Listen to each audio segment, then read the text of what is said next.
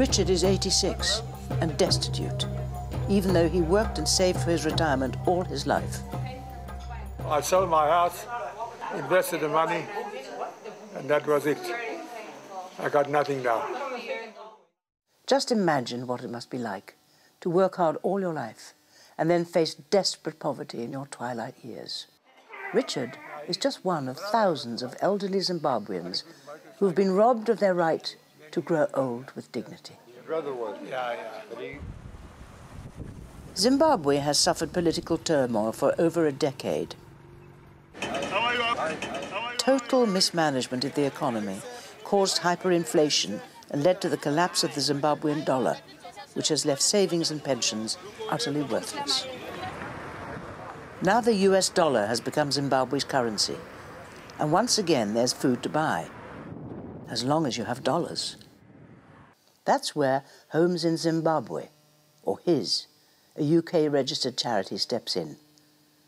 Since 2004, HIZ has been a lifesaver to over 2,000 elderly people of all races in Zimbabwe. The charity provides food to 28 residential homes.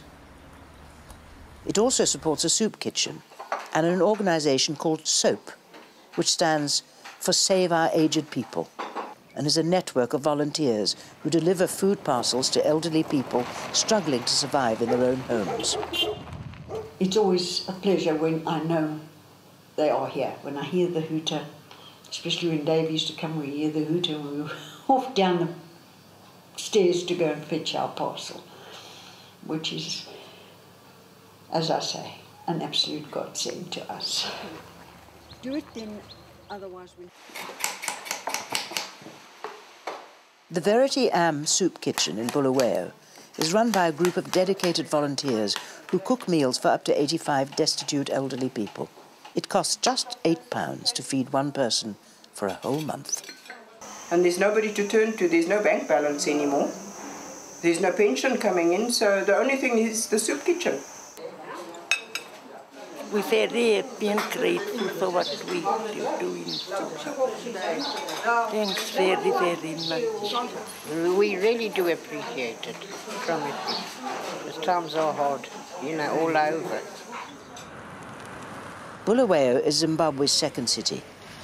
Many frail elderly people can't afford to pay their bills or buy food.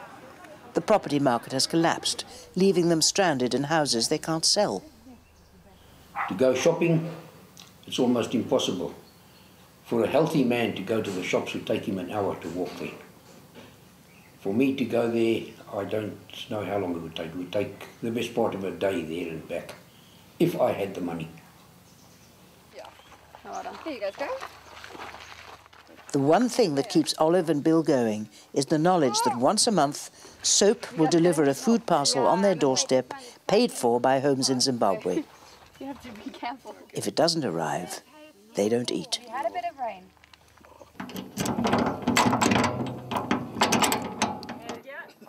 In Bulawayo, volunteer Leslie Hunt monitors all the dried goods and organises their purchase and distribution. I mean, I went into the homes and realised that they were actually starving to death. They had no food whatsoever.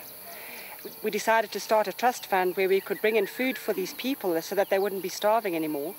And HIZ came into it and have been a big sponsor of ours, where they donate a lot of the food that we take to the homes. Most of the people who live in the residential homes have no family.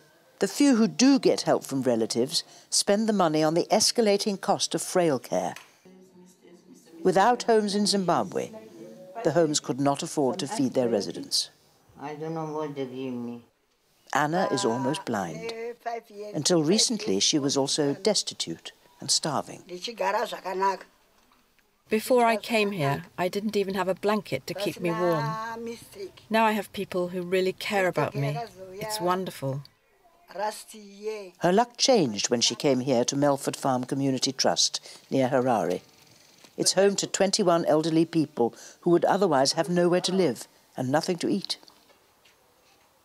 Since Homes in Zimbabwe started supplying Melford Farm with fresh vegetables, fruit and eggs, there have been no deaths in the village.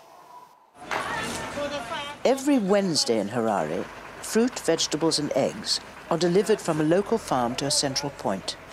They're offloaded and exactly the right quantities are assigned to each residential home by his representative, Marion Footer. Onions and carrots.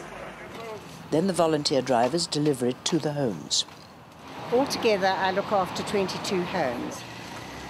We do this every week, and this is the fresh produce that we give to each home. Vegetables, fruit, eggs and meat. Homes in Zimbabwe is a vital lifeline, but to meet current needs, it must raise a minimum of £27,000 every month.